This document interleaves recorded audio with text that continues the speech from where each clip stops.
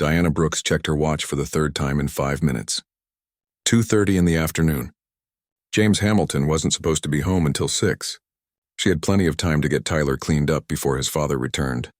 At least, that's what she kept telling herself as she watched the 6-year-old boy splash through a mud puddle with 3 other children, his laughter echoing across the park. Diana had been Tyler's nanny for 2 years now. 2 years of walking on eggshells, following endless rules and trying to bring some light into a house that felt more like a museum than a home. James Hamilton was a billionaire, the kind of man whose name appeared in business magazines and tech blogs. He'd built an empire from nothing, and he ran his household the same way he ran his companies, with precision, with control, with absolutely no room for error. His wife, Catherine, had died 3 years ago, sudden, unexpected, an aneurysm that took her in her sleep.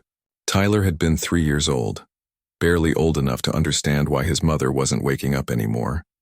Diana had seen the photos around the house. Catherine had been beautiful, elegant, always perfectly put together. And according to James, she'd had very specific ideas about how Tyler should be raised. Rules about bedtimes, rules about food, rules about cleanliness. James followed those rules like they were sacred text. "Miss Diana, look at me," Tyler shouted, jumping with both feet into the biggest puddle. Mud splashed everywhere, coating his white sneakers, his khaki pants, even speckling his face. Diana's heart clenched. Those were expensive clothes, designer labels that cost more than Diana made in a week. James would notice. James always noticed, but then Tyler laughed. Really laughed. The kind of pure, unfiltered joy that Diana hadn't heard from him in months. Maybe ever. The other children laughed with him, and for a moment Tyler wasn't the weird, quiet kid from the big house. He was just a boy playing in the mud, being 6 years old. Diana made a decision. She pulled out her phone and took a picture. Tyler, mid-jump, covered in mud, grinning like his face might split in half. She'd deal with the consequences later. The park visit had started innocently enough. It was Saturday, unseasonably warm for October. James had flown to San Francisco for meetings. He did that a lot, leaving Diana to manage everything. She didn't mind. The house was easier when he wasn't there, watching everything, correcting everything, making her feel like she was always one mistake away from disaster. Tyler had been quiet that morning. He was always quiet, but today felt heavier. He'd pushed his breakfast around his plate without eating, stared at the TV without really watching, answered Diana's questions with one-word responses. "Hey," Diana had said, kneeling down to his level. "Want to go to the park? Get some fresh air?" Tyler had shrugged. "Dad says the park is dirty. The park is fine. Come on, it'll be good for you." They'd walked the 3 blocks to the neighborhood park, Diana keeping a careful eye on Tyler. He was small for his age, thin and pale, like he didn't get enough sunlight, which he probably didn't. James kept him inside most of the time, doing educational activities, practicing piano, staying clean and safe and controlled.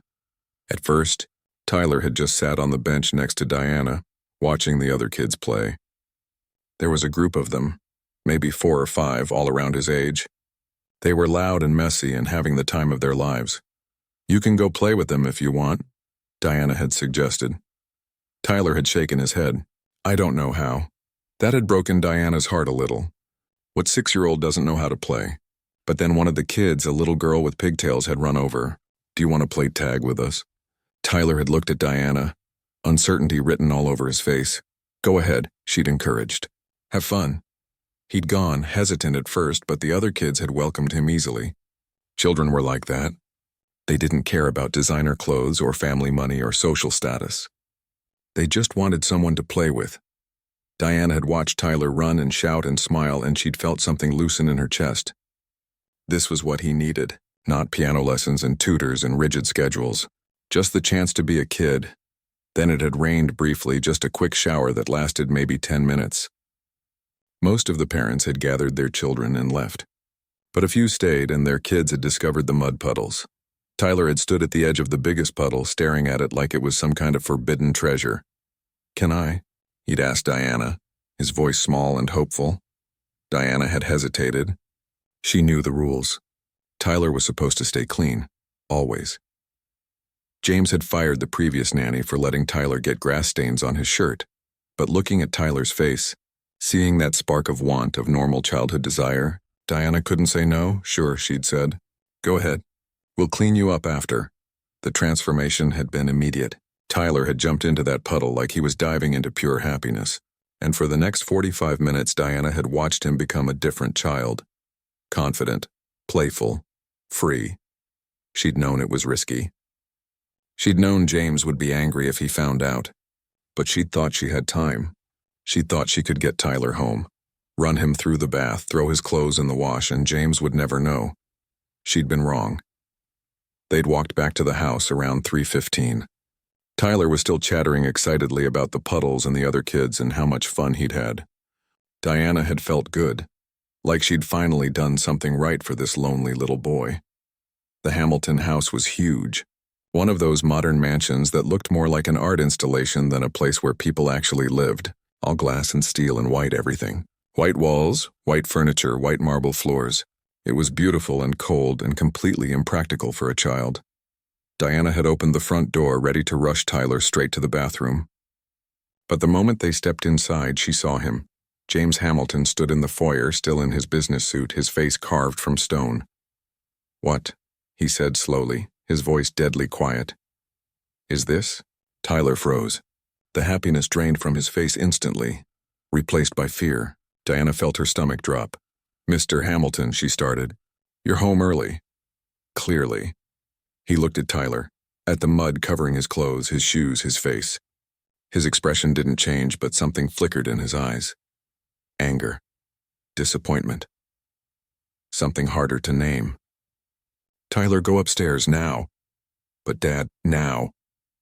Tyler looked at Diana, his eyes wide and terrified, then ran for the stairs. Diana heard his footsteps echoing through the house, heard his bedroom door slam. James turned his attention fully to Diana. "Would you like to explain why my son looks like he's been rolling in a pigsty?" He was playing at the park, with other children. He was happy. He was supposed to stay clean. He's 6 years old. Kids get dirty when they play. Not my kid. James's voice was ice. "You know the rules, Diana." Catherine had very specific guidelines about Tyler's care. Cleanliness, order, standards. Diana felt something snap inside her. "Catherine isn't here." The words hung in the air like a curse. James's face went white, then red. "How dare you?" he said quietly. "I'm sorry. That came out wrong. I just meant, I know exactly what you meant." He pulled out his phone, tapped something, then looked at her. "I've just transferred 2 weeks' pay to your account. Consider it severance. You're fired." Diana felt the words like a physical blow. "Mr. Hamilton, please." "Let me explain. There's nothing to explain. You disregarded my rules. You disrespected my late wife's wishes, and you clearly don't understand how things work in this household. Or in this world, for that matter." That last part stung. Diana knew what he meant. She was supposed to know her place.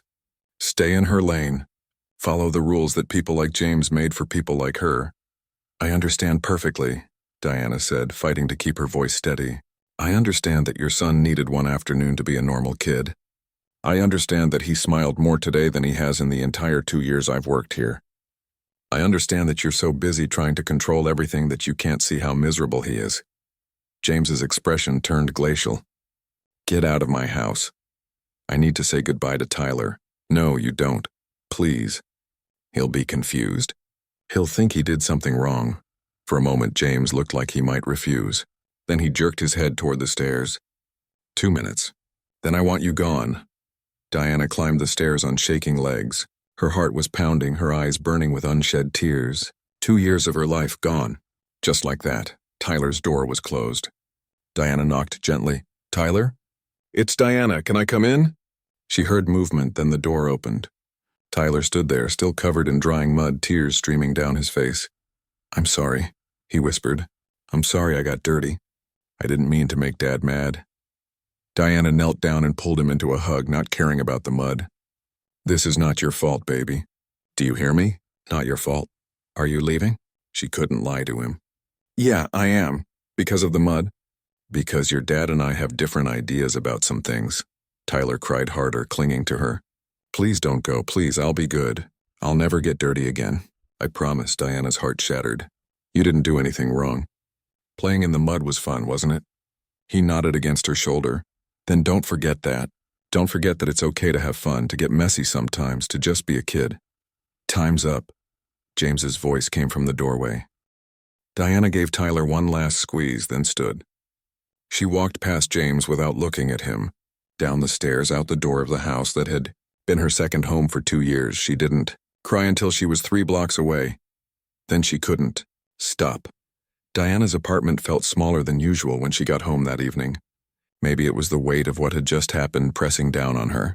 Maybe it was knowing that tomorrow she'd wake up with no job, no income, and no plan.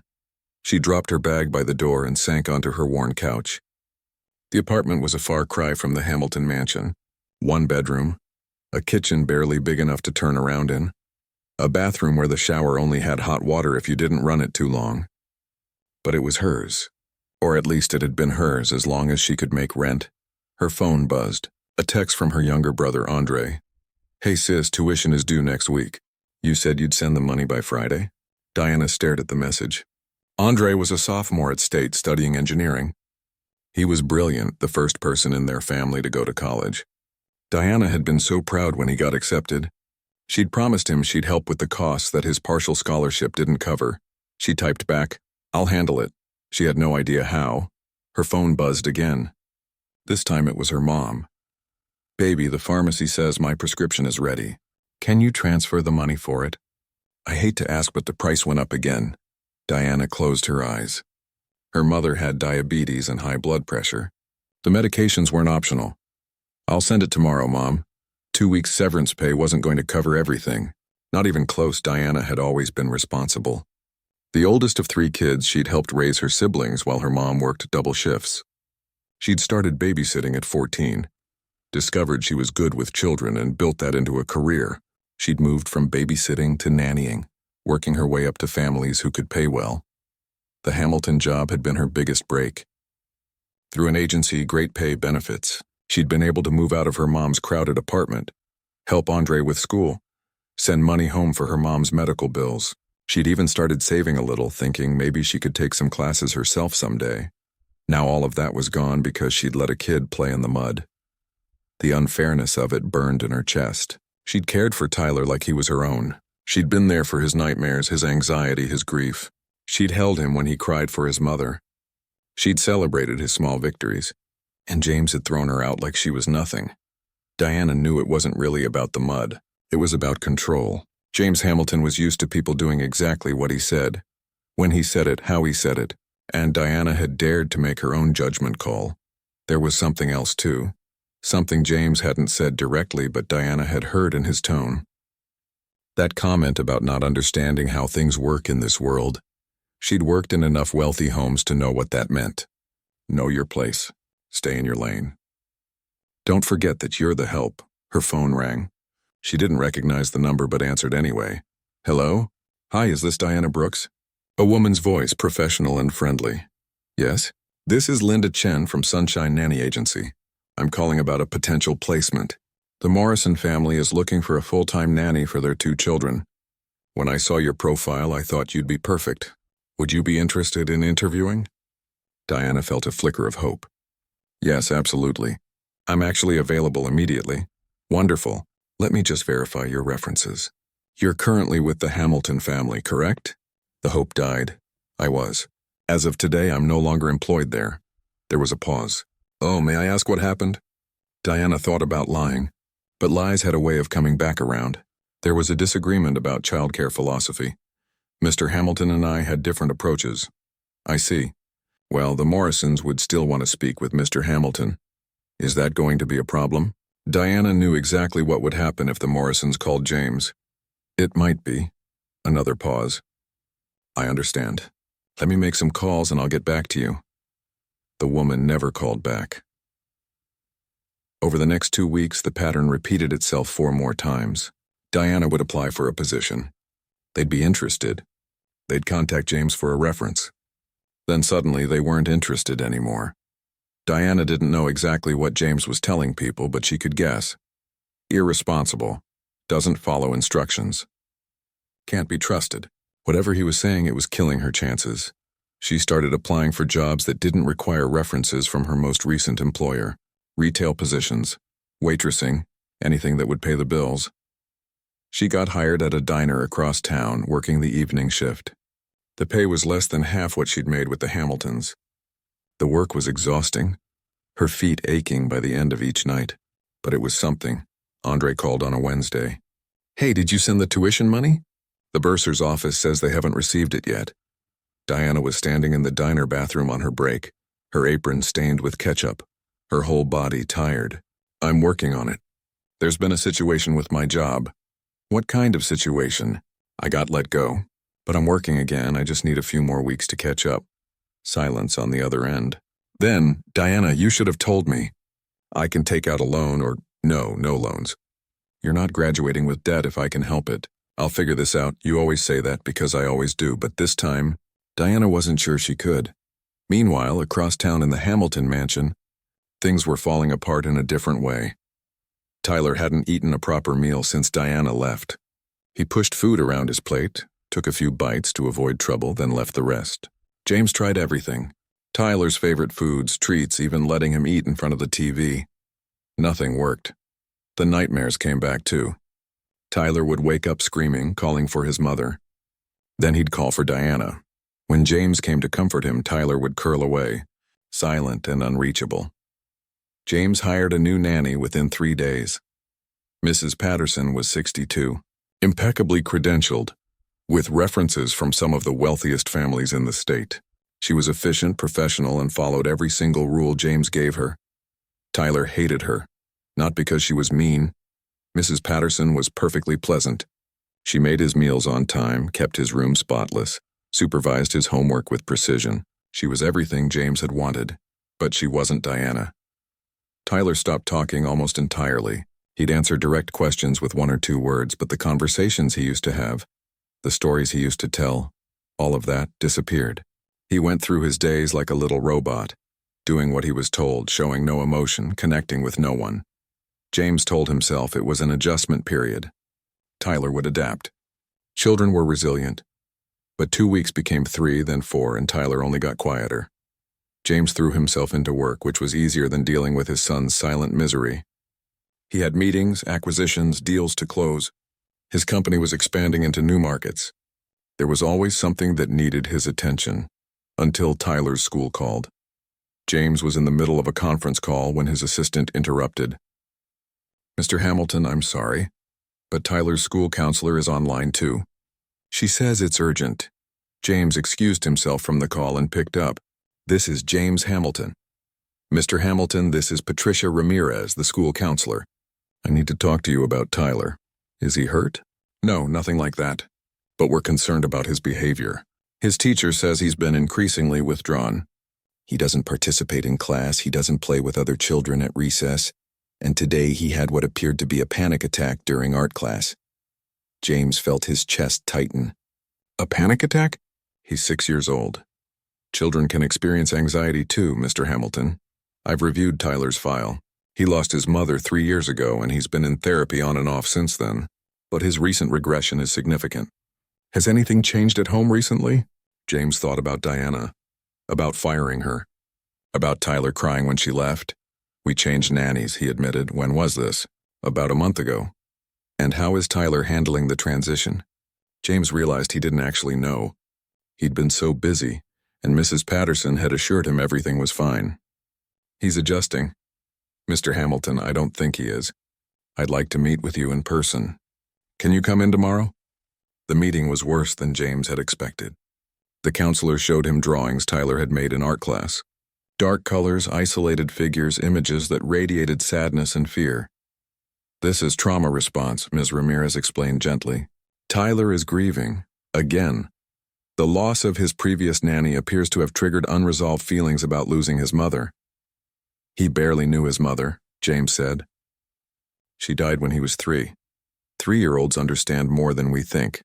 And they remember. But the immediate issue is the nanny. Tyler's teacher mentioned he used to talk about her constantly. Diana, I believe." James nodded stiffly.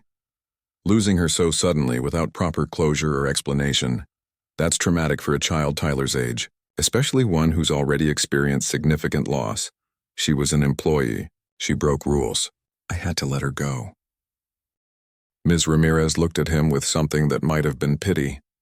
I'm not here to judge your employment decisions. I'm here to help your son. And right now, Tyler needs stability, connection, and probably therapy. I'd like to recommend a child psychologist who specializes in grief and attachment. James agreed to the referral, mostly because he didn't know what else to do. That night, he went to Tyler's room to say goodnight. Tyler was already in bed, facing the wall. Hey, buddy. How was school? Fine. Ms. Ramirez called me. She said you had a tough day. No response. Tyler, talk to me. What's going on? Tyler rolled over slowly. His face was expressionless, but his eyes were red-rimmed. Can Diana come back? James felt something twist in his chest. No, she can't. Why not? Because she doesn't work here anymore. But why? I miss her. James didn't have a good answer, not one that a 6-year-old would understand. Sometimes grown-ups have disagreements. It's complicated. I don't like Mrs. Patterson. She's very good at her job, but she's not Diana. Tyler's voice cracked. Diana understood me.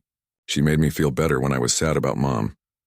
Mrs. Patterson just tells me to follow the schedule. James sat on the edge of Tyler's bed, feeling helpless. I'm sorry you're sad. Do you miss Diana? The question caught James off guard. Did he miss her? He'd been angry, frustrated that she'd disregarded his rules. But miss her? It doesn't matter what I feel, James said finally. What matters is that you're okay. I'm not okay, Tyler whispered. I haven't been okay since Mom died. But Diana made it hurt less. Now it hurts again. After Tyler fell asleep, James went to his study and poured himself a drink. He sat in the dark thinking about what Tyler had said. The truth was, Diana had been good for Tyler, more than good. She'd brought light into a house that had been dark for too long. She'd made Tyler laugh, helped him open up, given him something James had never managed to give his son. Joy. Simple, uncomplicated joy, and James had thrown her out over mud. Over a moment of childhood happiness that should have been celebrated, not punished. For the first time since Catherine died, James felt like he'd made a terrible mistake. Maybe the biggest mistake of his life. But he had no idea how to fix it. James Hamilton wasn't used to feeling helpless.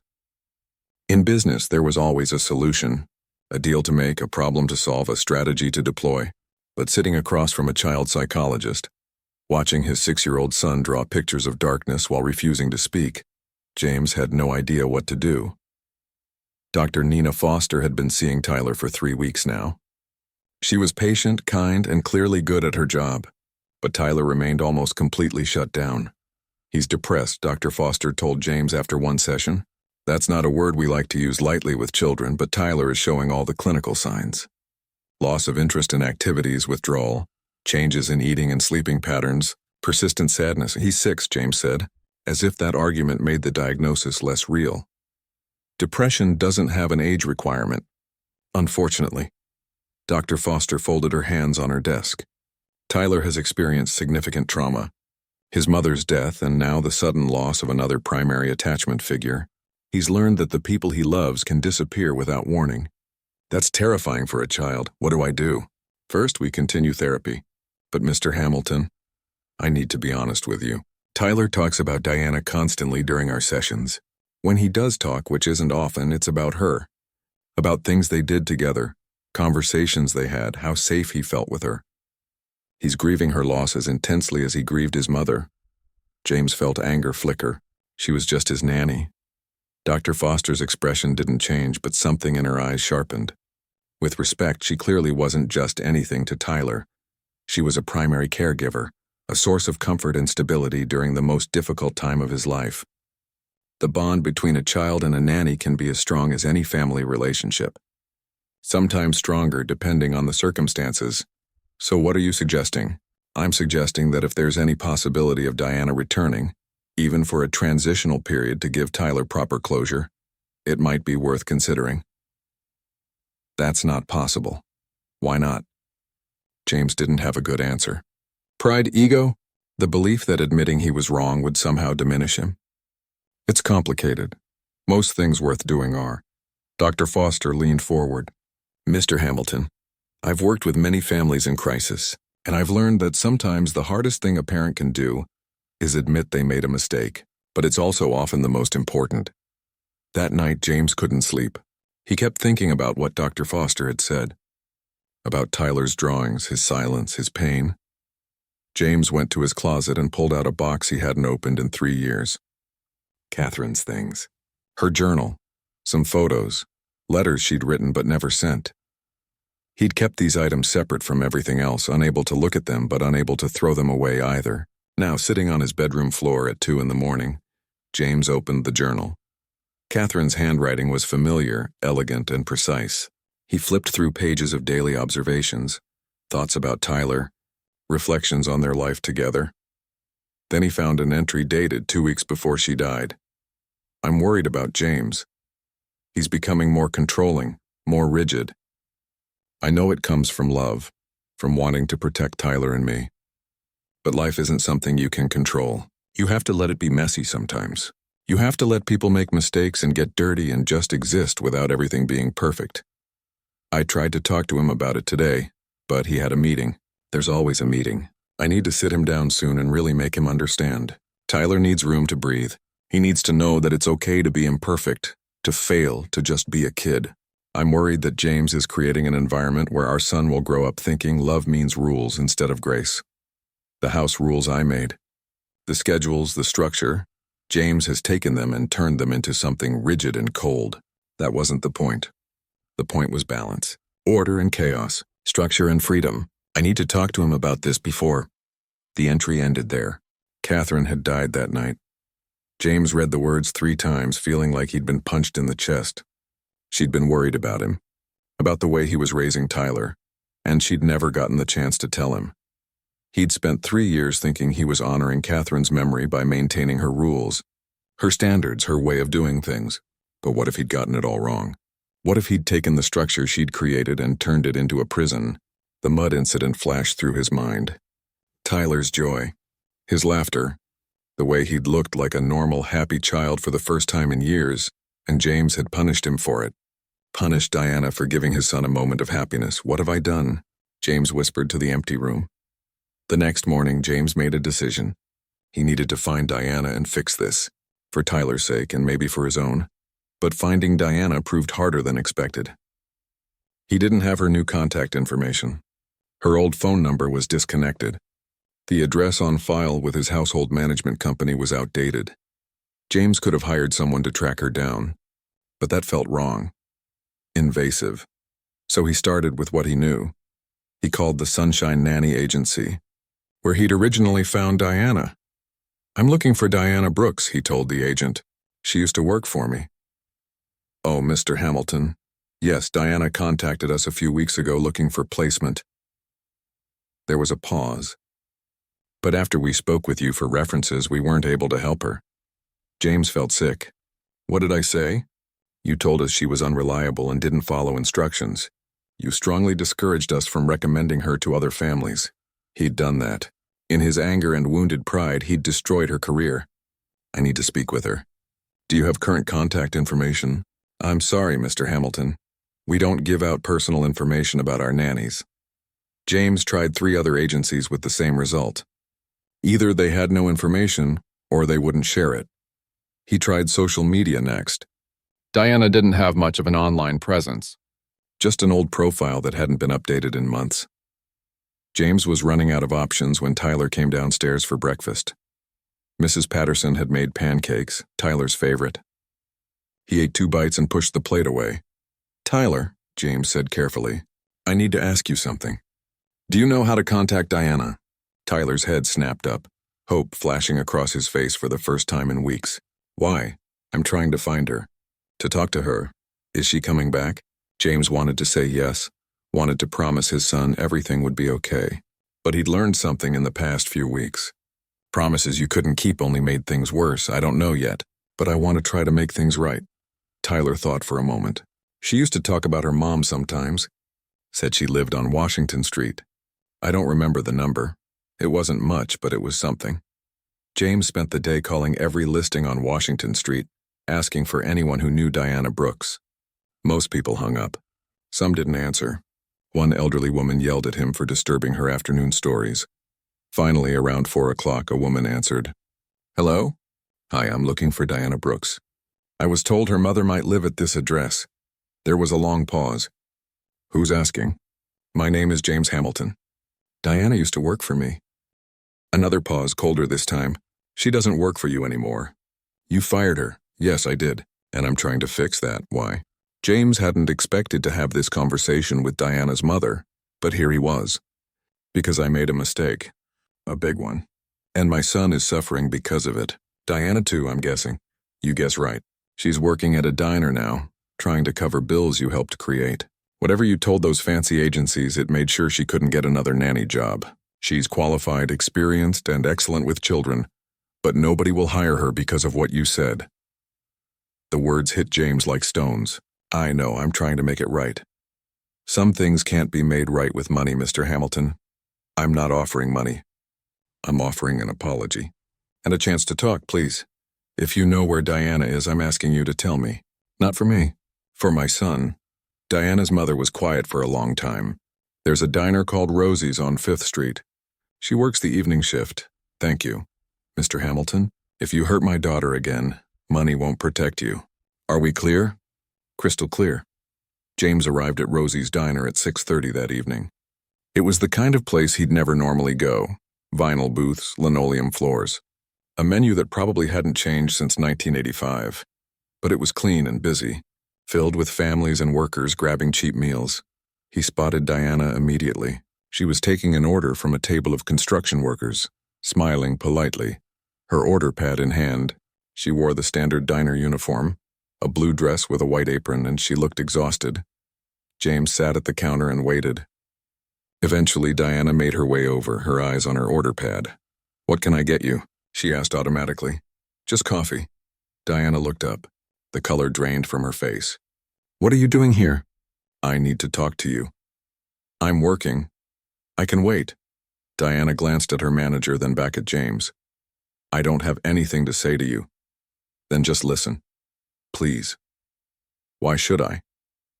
Because my son is falling apart and I don't know how to help him. Because I made a terrible mistake firing you and I need to fix it. Because I'm asking you, person to person, to give me a chance to make this right. Diana stared at him for a long moment. Around them, the diner continued its noise, the clatter of dishes, the hum of conversation. But between them, there was only silence. My break is in 20 minutes, Diana said finally. I'll give you 10 of them. Those were the longest 20 minutes of James's life. He sipped bad coffee and rehearsed what he wanted to say, knowing that he'd probably only get one chance at this. When Diana finally sat down across from him in a corner booth, she looked guarded, tired, hurt. Tyler asks about you every day, James began. He's not eating, barely talking. His therapist says he's depressed. That's why you're here? Because your son is sad? I'm here because I was wrong.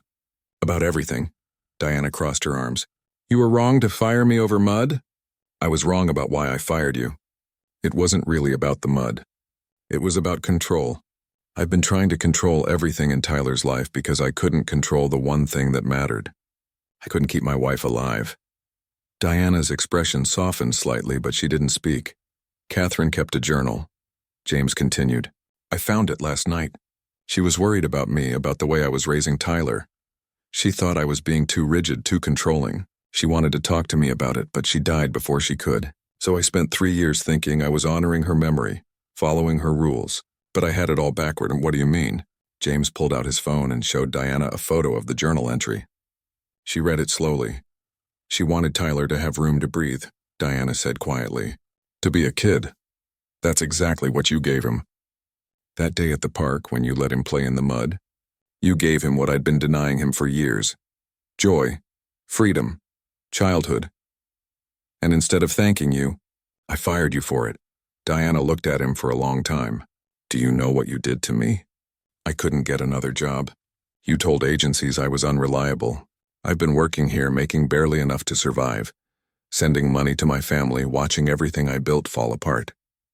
I know. And I'm sorry, truly deeply sorry. Sorry doesn't pay my rent. I know that too. James leaned forward.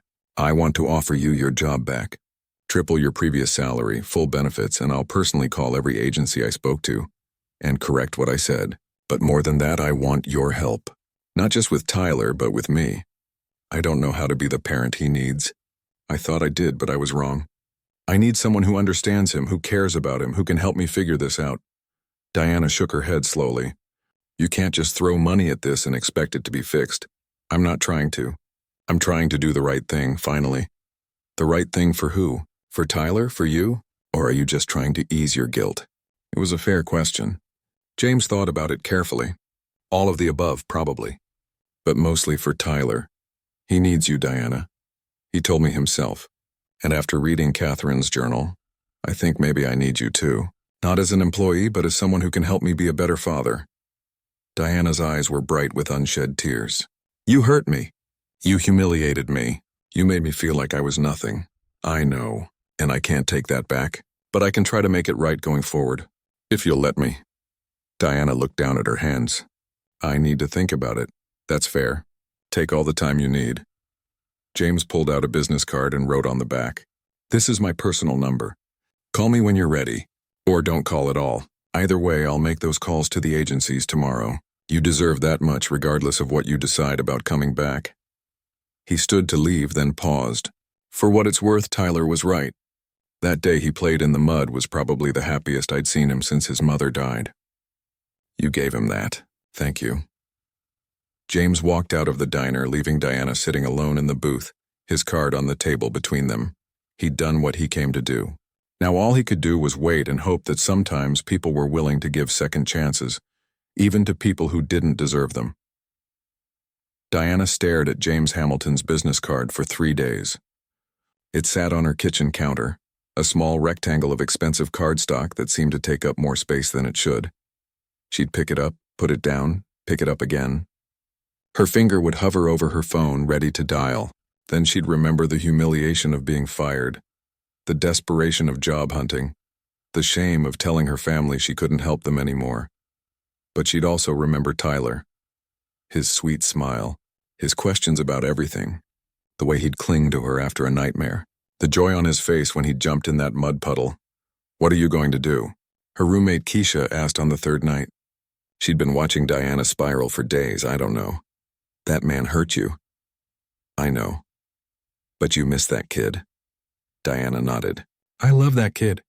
I know I'm not supposed to, I know he's not mine, but I do. Keisha sat down at the table. Then maybe the question isn't whether to go back. Maybe it's what would it take for you to go back feeling like you're not betraying yourself. Diana thought about that. What would it take? Respect, she said finally. Real respect. Not just money, not just apologies. I need to know that James sees me as a professional whose judgment matters. That I'm not just the help who follows orders. So tell him that. What if he says no? Then you have your answer. But what if he says yes? Diana picked up the phone before she could talk herself out of it. James answered on the second ring. Diana, I have conditions, she said, skipping past any greeting. If I come back, things have to be different. Tell me what you need. First, I want a contract. A real one. Not just a household employment agreement. Something that outlines my responsibilities, my authority, and protections against arbitrary dismissal. Done. What else? I want to be involved in decisions about Tyler's care. Not just following orders, but actual collaboration. If I see something that concerns me, I need to be able to speak up without fear of being fired. Absolutely. Diana took a breath. And you need to go to therapy. With Tyler, and maybe on your own too. Because this isn't just about Tyler's grief anymore. It's about yours too, and I can't fix that for you. There was a pause. Diana expected pushback. James Hamilton didn't seem like the kind of man who admitted he needed help. You're right, James said quietly. I've been avoiding dealing with Catherine's death by trying to control everything around it. Tyler's therapist suggested I should talk to someone. I've been refusing, but I'll do it. Why? Because I'm asking you to? No. Because Tyler deserves a father who's dealing with his own pain instead of projecting it onto his son. And because you deserve to work in an environment where you're supported, not undermined. Diana felt something loosen in her chest. One more thing. I want to come see Tyler first, before I commit to anything. I need to see how he is, talk to him. Make sure this is what he wants, not just what you want. When? Tomorrow. If that works, I'll be waiting. The next morning, Diana stood outside the Hamilton mansion for the first time in almost 2 months. The house looked the same, imposing, beautiful, cold. But something felt different. Or maybe she felt different. James opened the door himself instead of having Mrs. Patterson do it. He looked tired, older somehow, like the past 2 months had aged him. "Thank you for coming," he said. Diana nodded. "Where's Tyler?" "In the living room. He doesn't know you're here. I thought maybe it would be better coming from you." Diana walked through the familiar hallway, her heart pounding. She found Tyler sitting on the couch, staring at a tablet without really looking at it. He was thinner than she remembered, his face pale. "Hey, Tyler," she said softly. Tyler's head snapped up. For a second, he just stared like he couldn't believe she was real. Then he dropped the tablet and ran to her. Diana caught him as he crashed into her, wrapping his arms around her waist and burying his face in her stomach. She could feel him shaking. "You came back," he said, his voice muffled. "You came back." Diana knelt down to his level, holding his face gently. "I came to visit. I wanted to see how you were doing. Are you staying?" "I don't know yet. That's something we need to talk about."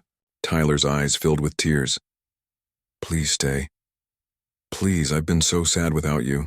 Mrs. Patterson is nice, but she's not you. Nobody's you." Diana felt her own eyes getting wet. "I missed you too, baby. So much." "Then why did you leave?" It was the question Diana had been dreading. How do you explain adult complications to a 6-year-old? "Your dad and I had a disagreement, about the mud and about other things. But sometimes grown-ups make mistakes. Sometimes we need time to figure things out." "Did Dad make a mistake?" Diana glanced at James, who was standing in the doorway. He nodded slightly. "Yeah," Diana said. "He did. And so did I. I should have talked to him before I let you play in the mud. I should have made sure we were on the same page. But it was fun. It was the best day. I know it was. Dad says sometimes being messy is okay now. That's what Mom used to think." Diana looked at James again. He was watching Tyler with an expression she'd never seen before. Vulnerable, open, almost hopeful. "Your dad told me about your mom's journal," Diana said to Tyler, "about how she wanted you to have fun and be a kid. She sounds like she was pretty smart." "I don't remember her very much anymore," Tyler admitted. "Sometimes I try really hard, but I can't see her face unless I look at pictures." "That's okay. You were very young when she died. But you know what? The things she wanted for you, the love she had for you, that's still here. It's in your dad, in the way he's trying to be better. And it's in the rules she made, not the strict ones about staying clean, but the real ones. About being kind, about being curious, about having joy in your life." Tyler thought about this. "Are you going to come back and help Dad with those rules?" "Do you want me to?" "Yes, please, I need you, Diana." Diana pulled him into another hug. Over his shoulder, she met James's eyes. He was asking the same question Tyler was, just silently. She nodded. The relief on James's face was profound. Over the next week, Diana and James worked out the details. A lawyer drew up a proper employment contract. They established clear communication protocols. They agreed on Tyler's care plan, including continued therapy and more relaxed household rules. But the hardest work was rebuilding trust. James kept his promise about calling the agencies. Diana was there for one of the calls. "Yes, this is James Hamilton. I'm calling to correct some information I provided about Diana Brooks. When you contacted me for a reference, I was not in a good place, and what I told you was unfair and unprofessional. Ms. Brooks is an exceptional child care provider. She has excellent judgment, genuine care for the children she works with, and the kind of dedication that's rare in any profession. I let personal issues cloud my judgment, and she paid the price for that. If you have families looking for someone of her caliber, I highly recommend her." Diana felt something heal a little with each call. Not completely. Some wounds took time, but it was a start. Mrs. Patterson left without drama. James gave her a generous severance and an excellent reference. She'd done nothing wrong. She just wasn't what Tyler needed. Diana moved back into the nanny's quarters on the second day. Tyler helped her unpack, chattering nonstop about everything that had happened while she was gone. It felt like coming home. But that night, James knocked on her door. "Do you have a minute?" he asked. Diana followed him to his study. It was her first time in that room. Private space, off limits to staff. But maybe she wasn't just staff anymore. "I need to show you something," James said. He pulled out Catherine's journal. "I want you to read this. All of it. Because if you're going to help me raise Tyler, you need to understand who Catherine was, what she wanted, what I've been getting wrong." Diana took the journal carefully. "Are you sure? Catherine trusted you with our son. I should have too. I'm sorry it took me so long to see that." Diana read the journal over the next few days, during Tyler's nap times and after he went to bed. Catherine emerged from the pages as someone thoughtful, loving, struggling with the same parenting questions all mothers faced. She wrote about her fears, her hopes, her frustrations. One entry, dated about a year before she died, struck Diana particularly hard. "Sometimes I wonder if James and I are too different. He grew up with so much structure, so many rules. His parents demanded perfection. I think he's trying not to be like them, but he's going about it all wrong. He's creating the same environment, just with different rules. I grew up with chaos, single mom, 3 kids, never enough money. But we had love and laughter and freedom. I want Tyler to have the best of both worlds, the security James can provide and the joy I remember from my childhood. But I can't figure out how to make James understand that. He sees love as protection, control, keeping danger away.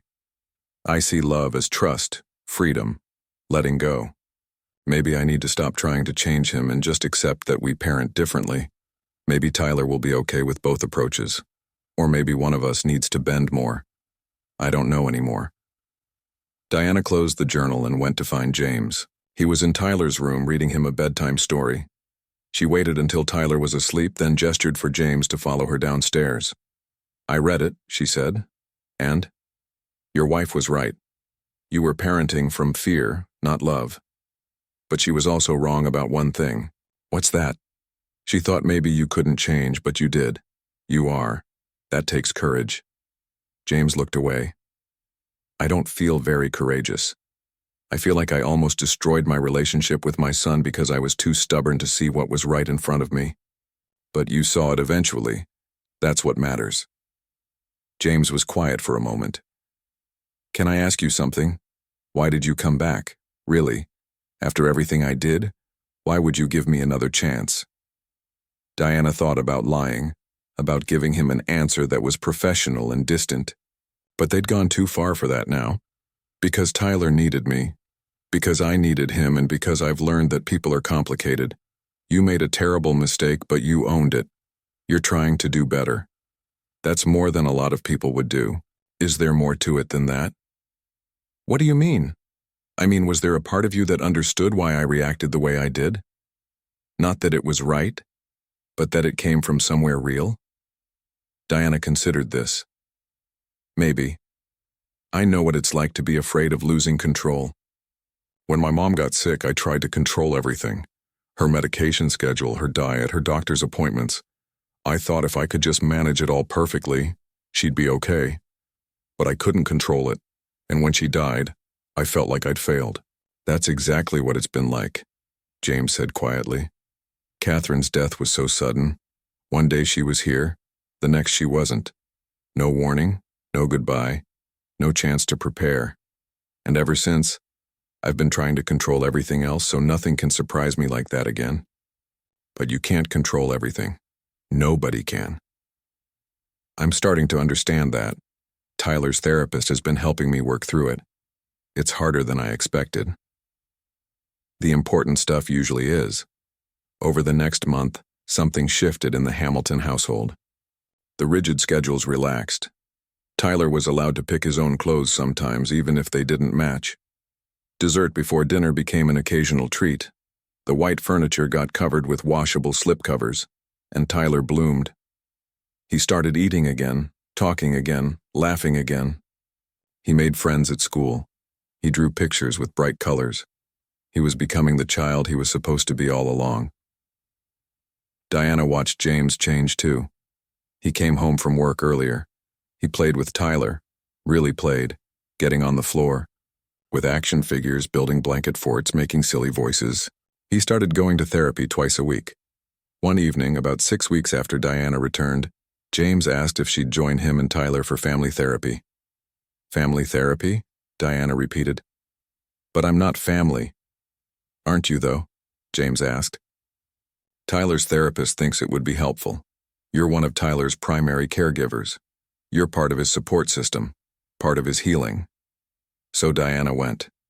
She sat in Dr. Foster's office with James and Tyler, and they talked about boundaries, about roles, about what family means. Family isn't always about blood, Dr. Foster said. It's about who shows up, who cares, who stays even when things are hard. By that definition, Diana is absolutely part of this family. Tyler beamed. See, I told you, Diana. You're like my second mom. Diana felt tears spring to her eyes.